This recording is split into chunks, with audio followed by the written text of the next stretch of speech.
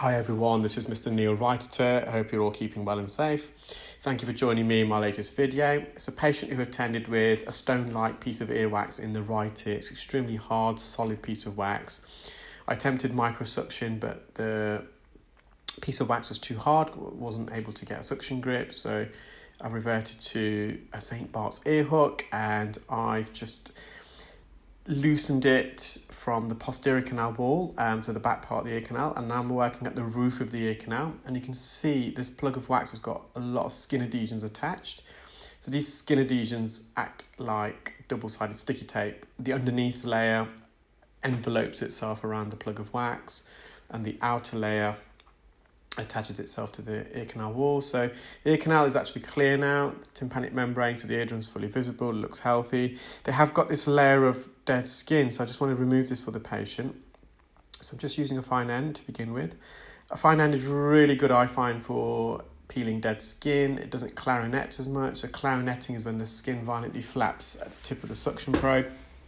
It can be very, very noisy, not only for the patient, but also from the perspective of the clinical ear care specialist. Forceps sometimes are useful, but in this case the skin is very thin, so the forceps will just cut into the skin as opposed to remove it. And I actually do try to use some forceps. I use some micro jaw 5mm, so they're really fine forceps. I think I'm going to use them in a moment, and it wasn't really effective. The patient's completely comfortable. You do get some blistering when you remove skin. You will see the patient has got some blistering at the end, but it's comfortable throughout. So I think this is where I try some forceps. The pointed tip of the forceps is just, in a way, pushing the dead skin further away.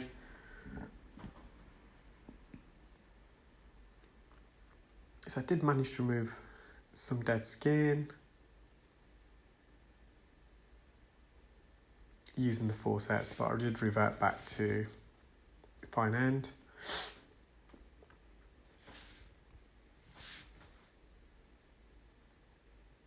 And this skin, this layer of skin, it's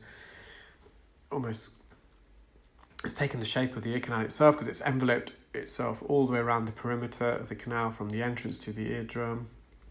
And when you're moving skin like this, you're just got to work away at it. You've got to be patient. You're going to weave backwards and up, left and right. You just want to loosen these skin adhesions. Just going to the posterior canal wall because it's attached there. Just want to loosen that. And so we're on the bony part of the ear canal. This is where we have to be really, really gentle. If you make contact with the bony part of the ear canal, it'll be very uncomfortable for the patient. I managed to get a suction grip on one of the patient's hairs. You can see there it's attached. When I remove the fine end gauge, it will come out. Nearly there. We're not going to remove every little last speck of dead skin. I just wanted to get the bulk of dead skin out, because this skin is dead now. It doesn't look like it's going to migrate out the ear on its own accord, so I thought I'll give it a helping hand.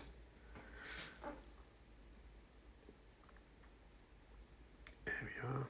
And it's just, I think, a little bit remaining at the base of the ear canal. You see just a bit of blistering there, what I referred to earlier. So whenever you remove skin, it can cause blistering.